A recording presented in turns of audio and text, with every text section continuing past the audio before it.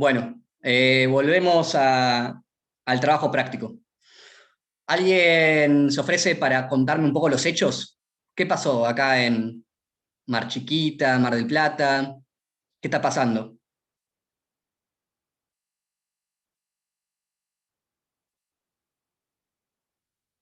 Yo vi los trabajos ahí entregados, así que alguien lo hizo.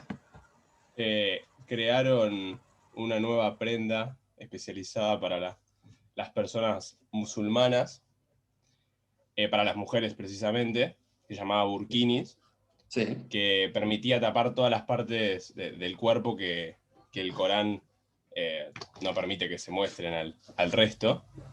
Esto era debido porque había en el futuro las potencias occidentales habían invadido el mundo árabe y hubo una migración masiva hacia los países occidentales y, y entonces Argentina recibió un montón de, de, de personas musulmanas, de creencia Sí. musulmana, que habían causado, que en un momento citaba que hubo un atentado terrorista que habían muerto como 80 personas, Sí. porque empezaron a haber, bueno, tensiones así eh, religiosas y por el estilo, y comentaban que habían hecho una ley que para mantener el orden y que no vuelvan a pasar cuestiones como el atentado este que acabo de citar, que Mm. prohibía el uso del velo en espacios públicos, así también como signos religiosos, como unas cruces muy grandes para los católicos y el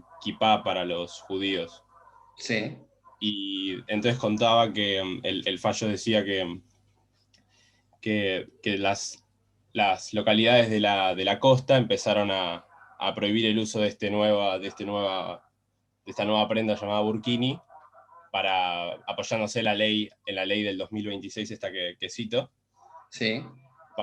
para poder evitar que las mujeres musulmanas usen dicha prenda y no tengan problemas de detención y pase como el atentado anterior. Gracias, Juan Martín. ¿Alguien quiere mencionar, al menos, cuáles son los puntos conflictivos del trabajo? Porque fácil no es. Es un problema que es un problema, un fruto de la diversidad cultural que hay y que podría haber aún más en Argentina. Y el trabajo trae a colación ciertos conflictos. ¿Cuáles vieron ustedes? Puede ser la inconstitucionalidad de las leyes, porque iban en contra del Bueno, artículo 19. eso es el final, pero hay problemas anteriores.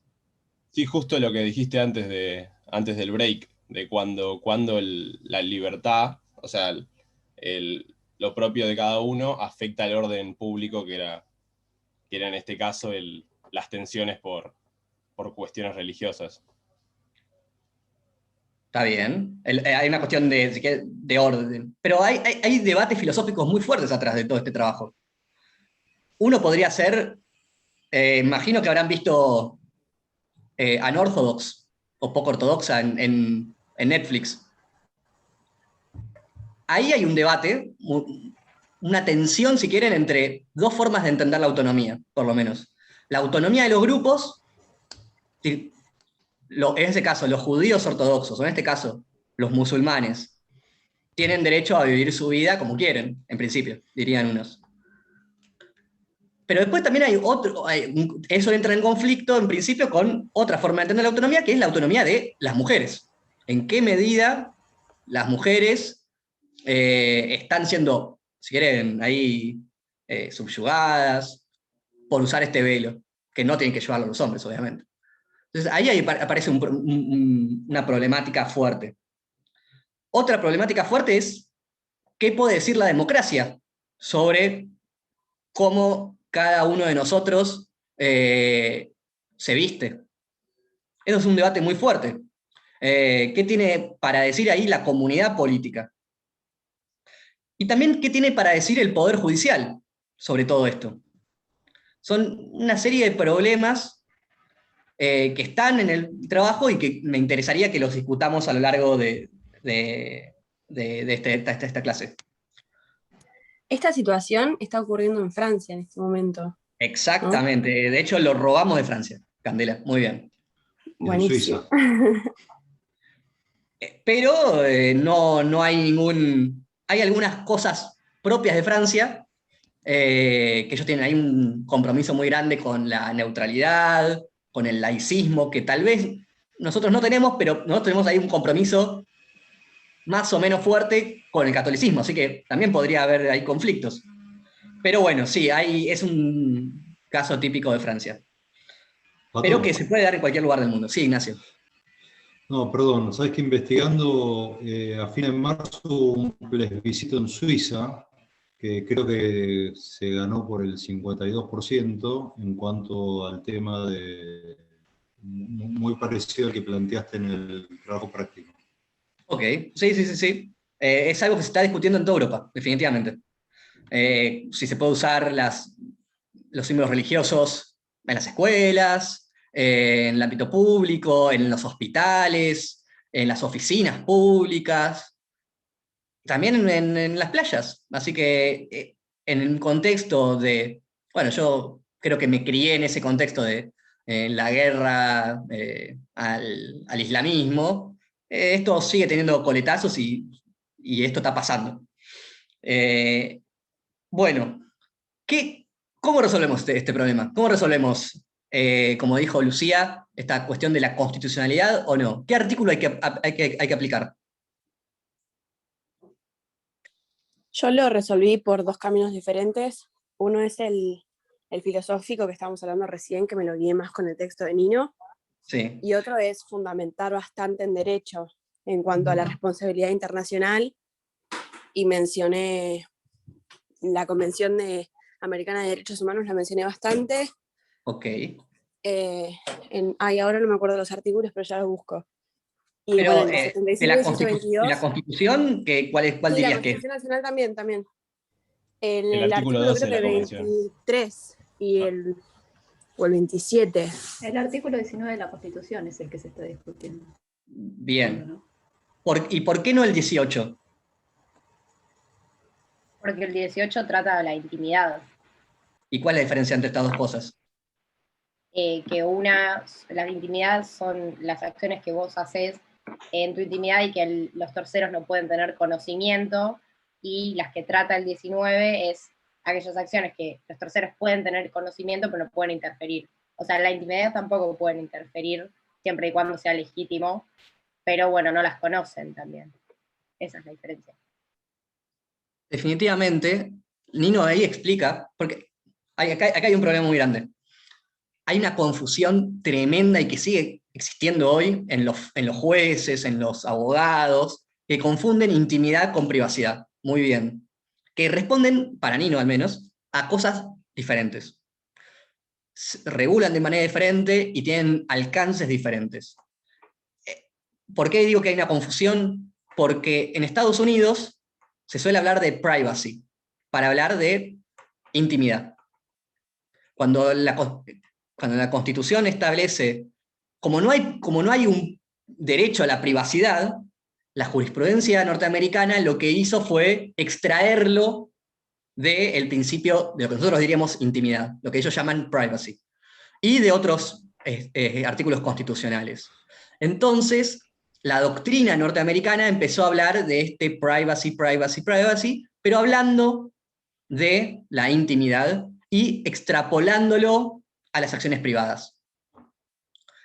Tanto es así que el fallo que garantiza el aborto no punible en Estados Unidos lo extrae del privacy. Dice, y los fallos que garantizan el derecho a ser homosexual, el derecho a casarse con quien quiera, el derecho a llevar adelante prácticas homosexuales, lo que se denominaba la sodomía, se basa en la idea de un ámbito físico, donde podemos hacer lo que querramos. Y eso tiene muchos problemas teóricos y muchos problemas prácticos, definitivamente. Pero la Constitución argentina no tiene que hacerse cargo de eso, porque tiene regulado de manera diferente la intimidad y la privacidad. La intimidad, como bien decía Lucía, es esta serie de cosas que no queremos que los demás se enteren y que las hacemos en ámbito físico, resguardado de los demás. Entonces, como no quiero que la gente, no sé, sepa a qué páginas de internet voy, yo lo hago ahí, tranquilo en mi casa, y llevo adelante las cosas. No quiero que la gente sepa con quién me comunico, entonces tengo mi celular con una contraseña. No quiero que la gente sepa a quién le mando mails, y tengo una contraseña y un usuario para proteger eso. La Constitución habla de ahí de los papeles, habla de las cartas, las correspondencias. Bueno, obviamente hay una interpretación, si quieren, dinámica. Podría decir, bueno, están hablando de otra cosa. Están hablando, más allá de lo que diga la Constitución, están hablando de estas cosas que no queremos que los demás sepan de nosotros. Y que puede el Estado hacerlo, puede saber, siempre que haya una autorización judicial fundamentada, ¿no? Entonces el Estado puede tirarme la puerta abajo, de acá, y entrar a mi computadora, fijarse en mis pertenencias, olerme la ropa, pero bueno, en principio, salvo que no haya una habilitación judicial, eso va a ser prohibido. Pero eso es un ámbito determinado. Lo que hace y la razón por la cual el artículo 19 es el que gobierna la cuestión, es que estamos hablando de planes de vida. Estamos hablando de cosas, en este caso la vestimenta, que es el reflejo de lo que esas personas consideran que es la verdad, la forma buena de llevar adelante, la forma pura de llevar adelante su vida. Y no es que hacen eso en la casa, lo hacen en todos lados. Llevan el velo, en este caso la burkini, hasta la playa. Tapan lo que ellos consideran que es puro tapar, necesario tapar, porque es la manifestación de su plan de vida. Entonces, para repetir esto, hubo interpretaciones muy restrictivas de la autonomía que lo restringían solamente el ámbito mental. De hecho, hay fallos que dicen, no, la gente es libre, piense lo que quieran, pero no lo llenan a la práctica. Una visión a la mejor luz, creo, del artículo 19, nos dice, no solamente en la cabeza, no solamente en tu casa, sino en todos lados. Porque si esas acciones son valiosas para tu plan de vida, si yo las restringiera a ciertos ámbitos, estaría anulando tu plan de vida. No podrías ser quien vos sos en ámbitos fundamentales. Entonces, definitivamente, el artículo 19, que es el derecho a la privacidad, es el que gobierna este caso, y no el 18. Entonces, quiero que tengan muy en claro que intimidad y privacidad son dos cosas diferentes que gobiernan y que regulan cosas diferentes y que el Estado puede interferir de manera diferente. ¿Se entiende hasta ahora eso? Entonces, cínico.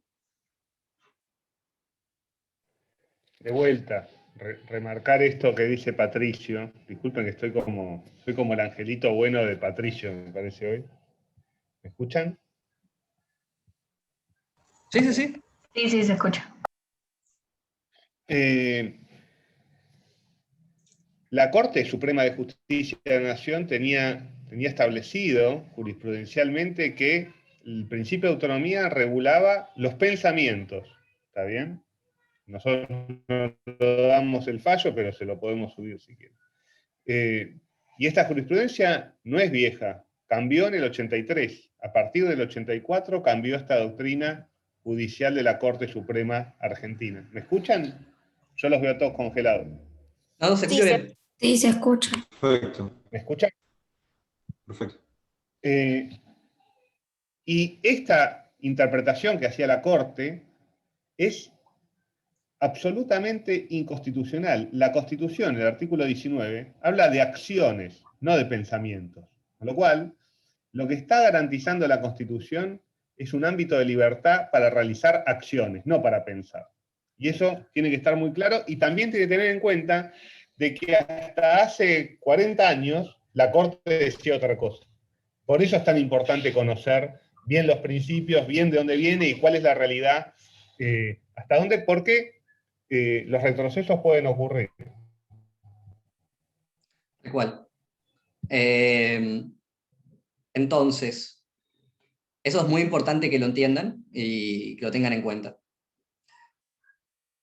Entonces, el caso, vamos a ver que las municipalidades son las que regulan, en este caso, cómo la gente va a ir a la playa. O mejor dicho, el derecho constitucional argentino le reserva a las provincias, y generalmente las provincias delegan esa autoridad en los municipios, vamos a ver en federalismo, la capacidad de regular la higiene urbana, los espacios públicos, se llama el poder de policía. Seguramente en derecho administrativo van a ver que CATSO significa esto del poder de policía, pero vamos a ver que en principio las ciudades son las que regulan estas cosas que hacen al día cotidiano de cada una de las ciudades. Entonces vamos a ver que, como se acuerdan, o bueno, no lo dimos este año, pero no sé, regula las plazas, regula las playas, establece qué condiciones va a tener, no sé, los balnearios o los paradores, qué van a poder hacer, qué características van a tener que tener los boliches. Cada uno el que fue a la costa de vacaciones cuando fue joven, me imagino que, bueno, vio que las municipalidades no se dedican a regular no sé, los derechos fundamentales, pero de alguna manera tienen incidencia en esos derechos a través de este poder de policía. Y en principio, la regulación de sus espacios públicos pertenece a su esfera. Y de hecho, este conjunto de municipalidades son las que llevan adelante esta ley del Burkini. Entonces, si ustedes tuvieran que analizar la razón por la cual las municipalidades hacen esto, ¿qué dicen las municipalidades? Dicen que hay una especie de daño, ¿no? De que el uso de estos... un argumento particular dice, hay daño. ¿Por qué dicen que hay daño? ¿Ustedes qué argumentaron? ¿Hay daño o no hay daño? Porque si hay daño, como dijimos, la democracia puede regularlo. Si no hay daño, en principio no. Estamos de acuerdo en eso. Entonces, cuando hay daño, esto sale de la esfera privada y pasa a la esfera pública. Y por tanto, la democracia tiene algo para decir al respecto. Lo que ellos consideraban como daño era el argumento de señalar que había una adhesión al yihadismo, ¿se dice? Ok. ¿Y para vos hay daño? No, para mí no, pero ellos lo vinculaban con que hubieron una serie de ataques terroristas, pero además plantean otro argumento que ya entra en la esfera de la privacidad, como habíamos hablado, que eran los problemas de higiene, que tiene que hacer un municipio encargándose del problema de higiene de otra persona. Entonces, si vos tuvieras que, ahí estás en la corte, vos tenés que decir, bueno, vos me decís, no hay daño. Yo te digo, ¿por qué? O espera, primero Candela y después creo que hay una mano levantada. Después voy a vos, Santiago. ¿Por qué decís, Candela, que no hay daño? ¿Cuáles son los elementos de daño, entonces, mejor dicho, para Nino? Que tiene que afectar a terceros, y en este caso no afecta a terceros. No, ahí estás haciendo un argumento circular. ¿Cuáles son los requisitos del daño? O sea, para que haya daño tiene que cumplirse ciertos requisitos, dice Nino.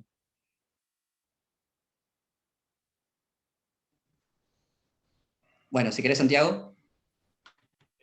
Para O sea, contestar la primero pregunta una cosa. esa, sí, Primero una cosa. sí. No, o sea, no se basen en decir en un examen no hay daño. Tienen que decir, bueno, estos son los requisitos, no sea ninguno. O lo que sea. ¿Se entiende? O sea, no digan simplemente no hay daño, porque eso a nosotros no nos va a demostrar nada si saben o no lo saben, si leyeron o no leyeron. Sí, Santiago, no sé si querías hablar de esto o querías hablar de otra cosa. No, bueno, nada, puedo decirlo, uno de los requisitos que dice Nino en el texto es que el daño a terceros, además de que tiene que ser real, no puede ser un daño potencial, porque el Poder Judicial no puede punir un daño que no existe, sino que además tiene que ser un daño que afecte al ejercicio de la autonomía del tercero en cuestión. O sea, mi actividad no puede restringir la autonomía del otro. Ese es el Ok. daño a terceros. Pero lo que yo quería Eso, decir, sí, dale. no, que claro, justamente para complementar con el tema del enunciado, lo que alegan es, si se quiere, la defensa del orden público, que es un fin que es legítimo. O sea, visto desde afuera, es legítimo que quieran Sí. perseguir la defensa del orden público. Sin embargo, los medios que eligieron, bueno, después vamos a ver que son inconstitucionales y que también vulneran otros artículos de la Constitución, como el 28 o el Bien. 99 inciso 2, que son lo de las leyes reglamentarias que no pueden alterar el espíritu de la Constitución. Eso. Muy bien eso. Entonces, primero vamos a mencionar cuáles son los requisitos y después vamos a hablar de cada uno de ellos. Entonces, Santiago habló del requisito de que el daño sea sustancial. Y él dijo que sea un daño que afecta a los derechos o a la autonomía de los demás. Entonces, un principio clásico del liberalismo y del principio de autonomía es decir, bueno, eso es un factor habilitante a la regulación estatal. Definitivamente, si el daño es sustancial y el daño reduce la autonomía de los demás, nosotros tenemos algo para decir. Vamos, ¿qué otro requisito o qué otra forma de daño o no daño encuentra Nino? Uno es que tiene que ser sustancial.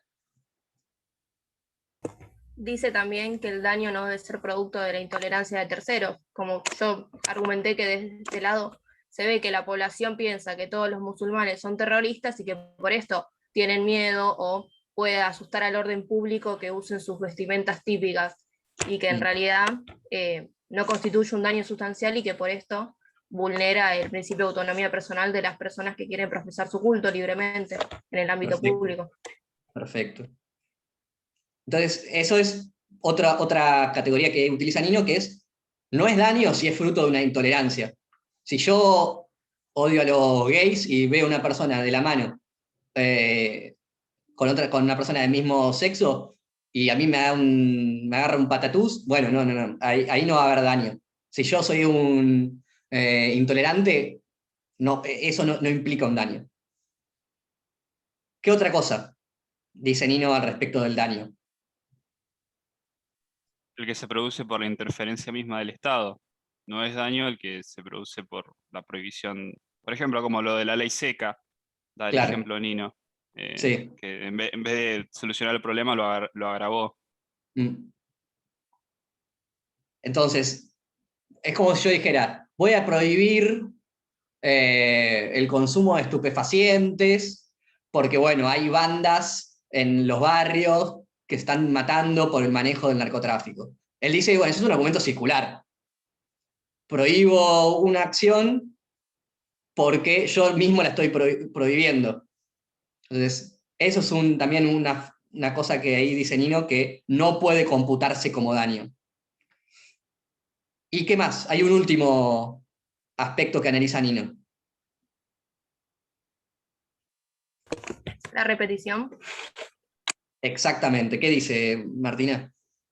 Que las personas al ver que se realiza esta acción van a querer ejercerla.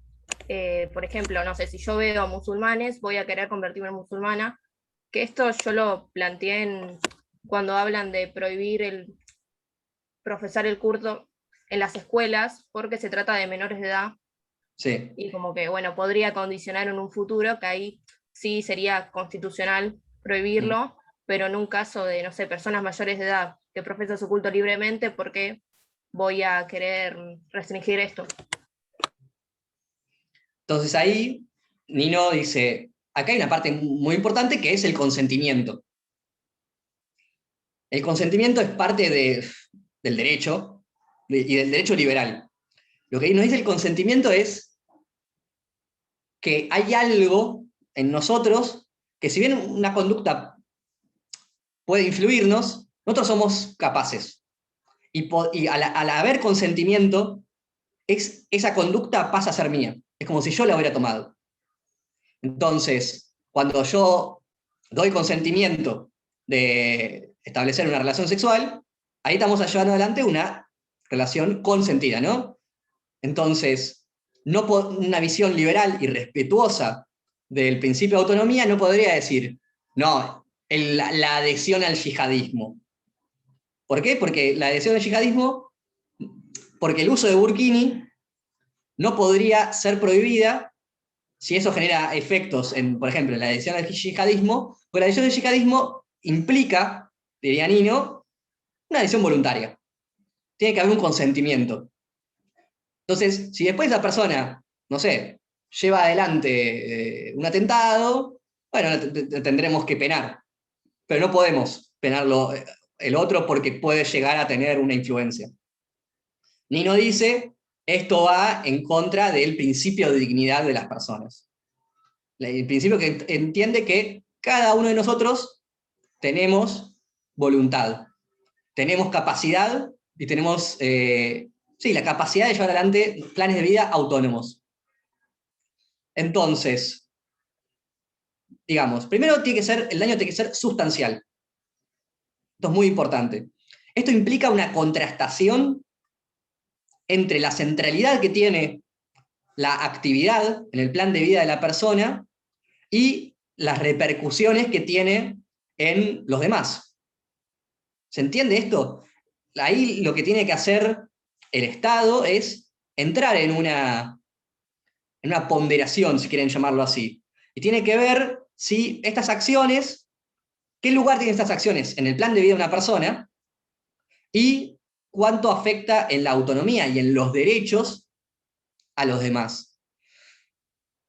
Buena parte de la teoría filosófica también habla de intereses, o sea, afectación a intereses, pero hoy por hoy se suele hablar de afectación a derechos.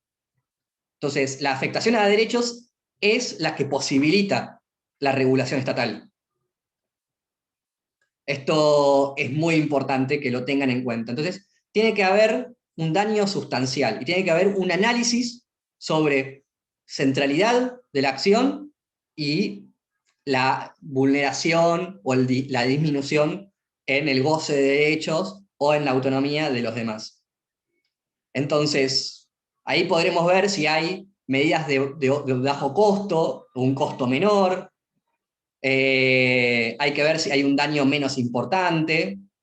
Pero bueno, ahí hay un análisis muy importante, la sustancialidad del daño. Segundo, es lo que dijimos hace un ratito, no tiene que provenir de una acción voluntaria de otra persona. Un liberal fuerte diría, pero no es el caso de todos, un liberal muy robusto diría, ¿se puede consumir estupefacientes en la calle, en la plaza? Alguien podrá decir, bueno, se puede afectar a los niños, eso es un problema, que podemos ir viendo después, pero en principio, siempre que haya una persona con capacidad, el principio de autonomía va a decir que eso no es daño, que no importa si esto tiene un efecto contagio, porque hay una acción voluntaria en el medio.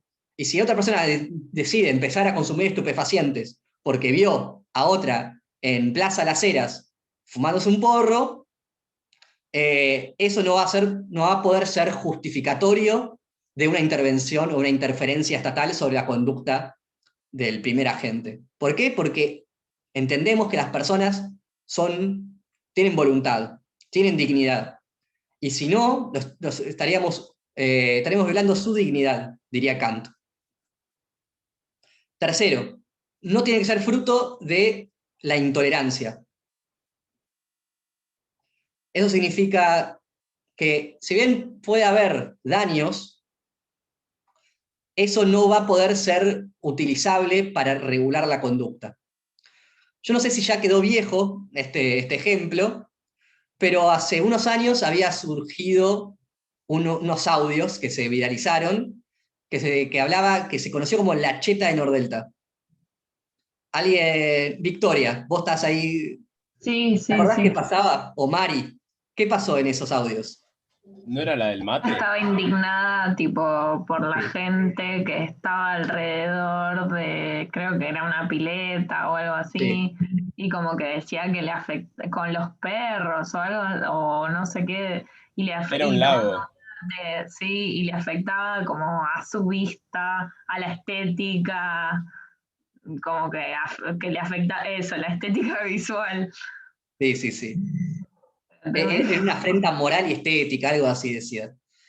¿Ustedes se acuerdan del audio? O sea, esa mujer estaba consternadísima. Yo diría que estaba afectada.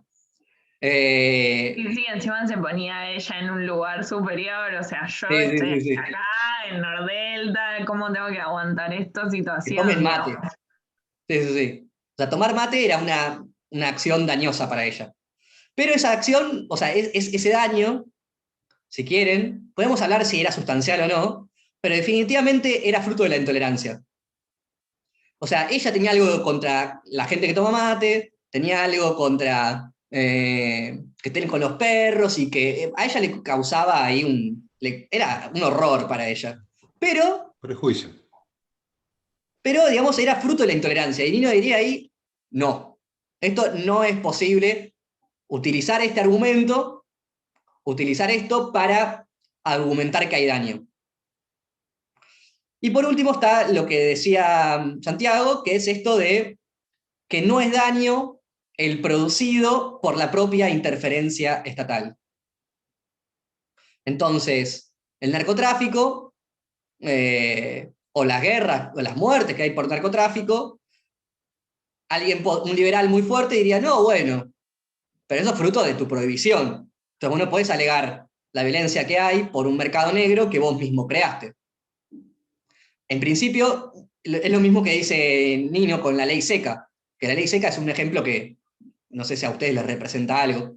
Hay una serie muy buena de HBO, ya hace unos 8 años, que se llama Boardwalk Empire, que habla justamente de lo que sucedió a partir de la ley seca. Actúa Steve Buscemi, que es uno de los mejores actores del mundo, para mí, se las recomiendo, pero digamos, era una época en donde el consumo de alcohol se prohibió, fruto de una enmienda constitucional. O sea, las mujeres no tienen derechos iguales en una enmienda constitucional, pero de alguna manera la prohibición del alcohol en 1920 logró cumplir con un proceso imposible que establece la Constitución para incluir una enmienda. Después esa enmienda se derogó, pero después de que se prohibió esto del consumo y la comercialización y la producción de alcohol, se creó un mercado negro.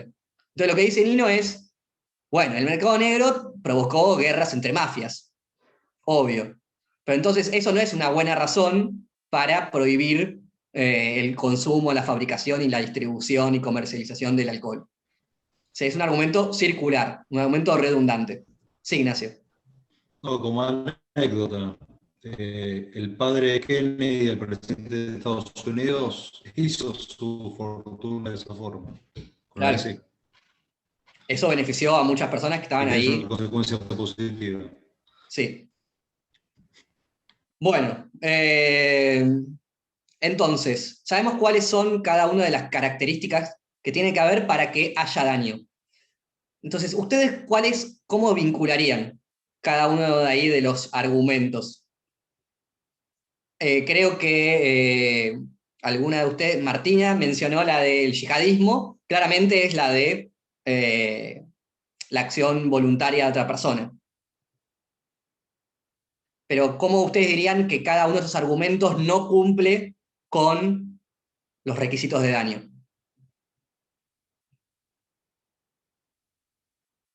Eso tendrían que tratar de hacerlo en un examen. Bueno, se utilizan tales argumentos. Este no se puede utilizar por esta razón. Esto no se puede utilizar por esta razón. Esto no se puede utilizar por esta razón. Santiago. Sí, no, bueno, lo del daño, que es uno de los argumentos que de cierta forma intenté refutar, es ¿Mm? que, no sé, digo, usar una prenda que represente, o sea, que sea un símbolo de adhesión a una religión, de profesión de una religión, no constituye un daño real para nadie, mucho menos si se lo vincula con, si a la persona, digamos, se la vincula con ataques terroristas que pasaron hace, no me acuerdo realmente los tiempos del TP, pero digo, claramente es una vinculación años basada atrás, en la claro. intolerancia. ¿Cómo? Pero ahí hay un argumento también al final. Hay un argumento al final que dice, bueno, no, lo hacemos, ¿sabes por qué? Porque estamos en contra de la dominación de las mujeres. ¿Qué dicen ustedes? ¿Cumple el principio de daño o no? A mí lo que Y me no, llama la porque eso atención- queda en cada uno, también es subjetivo. Perdón, a mí. No. No. Sí, A mí- no. A ver, ¿estoy hablando? Dale, por favor. Ok. Habla- No es un daño porque, o sea, tanto las mujeres como los hombres islámicos tienen el derecho de ejercer su fe y manifestarla como ellos quieran. Y si bien en Argentina, o no, en todo el mundo, perdón, el feminismo hegemónico dice que las mujeres islámicas están muy oprimidas, que usan eso porque las obligan, y además, en realidad, los que no las oprime la religión, sino que los oprimen los hombres que practican esa religión, y ellas muchas veces dicen, no, yo me siento cómoda usando esto porque yo creo en esta religión, y bueno, está bueno también escuchar eso. A mí lo que Vamos a me seguir queda dando sí. vueltas respecto a eso es el hecho de que, digamos, no se está presuponiendo un ideal moral ahí también, cuando nosotros ¿Por desde qué? un Estado liberal planteamos, bueno, pero el modo de vida ideal de las mujeres debe ser de acuerdo a los patrones liberales, ¿no? Es un argumento que Llegó Nino al se encarga de refutar, pero sí. llegó al extremo de obligar a los demás a dejar de lado su plan de vida o la ostentación pública de estos símbolos religiosos en pos de este liberalismo. Hay dentro de la laicidad, o el argumento, detrás del argumento de la laicidad, por ahí se esconde un ideal moral. Termina siendo perfeccionista, digamos. Perdón, ¿vos cambiaste el nombre ahí? Es mi primer nombre, es mi primer nombre. ¿Nake? ¿Te denomino Nake. así? ¿Te llamo así? Sí. ¿Alguien no coincide con Nake?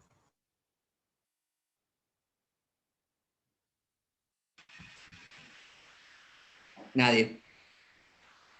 No, yo coincido y además lo que también puse en el trabajo es que me parecía que como decir que las estaban oprimiendo y prohibirles esta situación también iba a generar, o sea, si en el caso de que ellas ya se sintiesen oprimidas en su país, por ejemplo, de origen, y hayan venido acá y están usando eso porque es lo único también que conocen y saben o eligen o no eligen, pero bueno, lo tienen, o sea, está estipulado para su vida que ese sea su vestimenta. Como prohibiéndoselas como país también en las que las mujeres vienen a sentarse y a desplegar su plan de vida, las estás excluyendo más también. O sea, es como que generas una exclusión más de la que ya tienen generada, porque vos diciéndoles como, no, te están oprimiendo, pero como, no sé, Pero, generar... Mari, ¿te puedo hacer una pregunta? Para vos, ¿el problema está en la razón que utiliza el Estado o en el medio que utiliza el Estado? Para mí en el medio. Ok, entonces sea, la razón podría funcionar para vos, eventualmente. La razón eventualmente puede funcionar, o sea, no me parece capaz la mejor, pero podría para mí ser otro medio en el que en vez de decirles no usen esto, les prohíbo que usen la burkini y toda la simbología que tiene, además la carga simbólica. No sé, pensar planes para estas mujeres que ya se están sintiendo excluidas, capaz en su religión, y hacerles conocer otra forma de vida, o bueno, darles otras opciones, qué sé yo, no sé. No me parece que, digamos, el medio de la prohibición me parece muy malo. Me parece sí una buena... O sea, lo de la opresión me parece bien que sea una manera de concientizar que capaz lo que están viviendo ellas no logran de ser totalmente conscientes, pero el medio de prohibir no me parece. Ahí aparecieron varias cosas. Perdón. Ahora te doy la palabra. Ahí aparecieron varias cosas que vamos a seguir viendo ahora en un rato. Ahí apareció un argumento, si quieren, que menciona Nino, que es la idea de la debilidad de voluntad, la idea de la ignorancia, que puede llegar a ser un fundamento para la regulación estatal. Vamos a ver qué significa esto. Pero, y otra cosa, Nino responde a una cosa que dice ahí Neike al principio, que es, el liberalismo es en sí mismo, dijo Neike, un modelo de excelencia. Lo que Nino dice de alguna manera es, no, hay buenas razones para decir que rechazar esa posición, que es, lo que hace el liberalismo es plantear la autonomía justamente de que cada uno pueda llevar adelante su plan de vida, la capacidad de que cada uno pueda llevar el plan de vida de la manera que quiera. Entonces, ahí Nino dice, eso no significa que todos tengan que ser liberales. Es algo que también Rawls se pregunta esto en liberalismo político. Primero Ignacio y después Candela. No, yo me quedé pensando cuando desarrollaba el trabajo si no estamos cambiando un paternalismo por otro. O sea, es gente que emigró por una imposición y por una intolerancia y ahora estamos viendo desde el Estado cómo se quiere imponer o cómo se presupone que hay gente, ciudadanos argentinos que ejercen o no, pues no lo sabemos muy bien, una religión determinada, una imposición, digamos. Estamos cambiando un amo por otro. Y por el otro lado, nunca se plantea el tema de escuchar a las personas afectadas. Bien. O sea, yo Muy creo bien. que es esencial escuchar a las personas que son afectadas y comprender también lo que es ciertas tendencias dentro de lo que es ese tipo de religión, ¿no? O sea, yo creo que el Estado tiene que tener políticas públicas de educación digamos, y que cada uno, con los elementos que le pueda llegar a brindar, tome la decisión que quiera brindar. Está muy bien. Digamos, se pone el ¿Candela? ejemplo de las monjas, por ejemplo. Nunca se cuestionó, Claro, yo coincido ahí con lo que dice mujeres que son Ignacio. judías Creo que ortodoxas, que tienen que estar vestidas de una manera determinada. No Sí, sé, son Candela, por dos favor. que se me sí, dijeron. creo que la crítica está direccionada a un grupo muy específico por otras cuestiones, también como la que dice Nino de la intolerancia, porque creo que, por ejemplo, en términos de cómo las mujeres ortodoxas se comportan dentro de una religión, existe la religión judía, que también tienen por ejemplo, prácticas similares que está totalmente naturalizado acá en el país, y si bien no es algo que yo, a lo que yo adhiera, pero no adhiero en términos religiosos, yo no me identifico con ninguna religión y no creo que las prácticas ortodoxas de ninguna, del cristianismo también, porque hay cristianismo ortodoxo que de alguna manera la mujer siempre se ve como la que tiene que cumplir más a rajatabla las normas. Por eso creo que la discusión está mal direccionada en este caso. No es a favor de la liberación femenina, sino que en contra de una religión en específico. Está bien. Y en tal caso, yo lo que decía era que entra en el argumento de la repetición también, porque ya son conscientes de elegir cómo quieren llevar adelante su vida, y que si de alguna manera queremos, por así decirlo, persuadirlas o mostrarles una alternativa, no es por medio de la prohibición, sino que yo también, desde que fui chica hasta el día de hoy, me construí en un montón de cosas que antes, por ejemplo, permitía por mi condición de mujer y hoy en día yo no las permito, pero no fue por medio de la prohibición de nada, sino más bien por argumentos explicativos o cosas que yo misma me tuve que dar cuenta. Entonces, ahí simplemente una cosa, de vuelta a lo que le dije a Mari. Hay una separación necesaria, creo, de los medios y las razones. ¿Alguien no coincide con Candela? Victoria, ¿qué querés decir?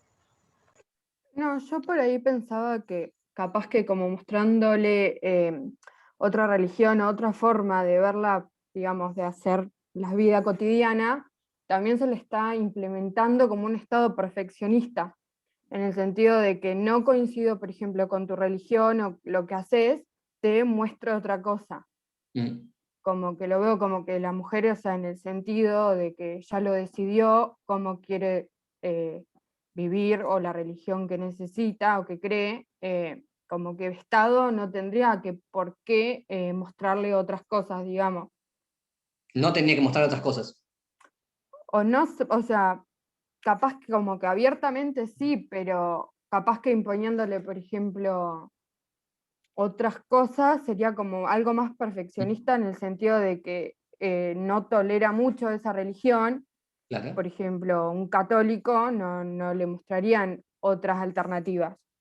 Me parece muy bien lo que decís, porque ahí vos estás diciendo un argumento que utiliza Nino. Vos estás diciendo, bajo el argumento paternalista, que ahora vamos a ver qué significa, se están escondiendo razones perfeccionistas. Eso es interesante y me gustaría volver a discutirlo ahora en la próxima parte. Yo simplemente, si no hay más voces, podría haber un argumento, creo, que se puede construir, de decir, no importa tanto la autonomía de los grupos, si una persona está subyugada, dominada, explotada, hay una afectación a sus derechos que están reconocidos en la Constitución. Nadie niega que las mujeres musulmanas tienen derecho a la igualdad, a la autonomía y bla, bla, bla. Y tal vez el argumento de la explotación podría servir para sacarlo del ámbito privado y pasarlo al ámbito público. No necesariamente eso resuelve que la solución sea la de la prohibición. Creo que la prohibición del burkini, yo creo que no pasa un test de proporcionalidad, pero sí que creo que saca el tema del ámbito privado y lo pasa al ámbito público. Y a partir de ahí hay algo de lo que podemos decir todos. Tal vez, como dice Ignacio, tenemos que escuchar principalmente a esas mujeres. Pero podría construirse el argumento de que hay un daño ahí, y hay un daño sustancial, y que eso lo saca del ámbito privado. Pero bueno, es una discusión que están teniendo todos los países del mundo esto. ¿En qué medida podemos interferir o no en esto? Pero bueno, lo importante es que hagan en el examen un desglose de este tipo. Tal argumento no se puede por estas razones. Tal argumento tampoco. Tiene que ser un desglose de cada una de estas cosas. No pueden simplemente decir, no hay daño, porque eso no sirve. Así que piensen esto. Ahora venimos 12 y 5. Patricio, ¿te puedo preguntar algo que no terminé de entender? Sí, obvio, dale. Sobre el argumento circular que mencionaste, no lo logro entender, lo del narcotráfico que dijiste. Claro. Imagínate que es lo mismo que con el alcohol. O sea, imagínate que vos conocés guerras armadas o guerra de bandas mafiosas entre Quilmes y Heineken. Claro, sí. ¿Sí o no? No. No. No. Porque creo que hay el mercado en blanco les posibilita competir. Me imagino que debe haber ahí jugar. Vamos a dejar de grabar, porque después Quilmes nos va a sacar el sponsoreo.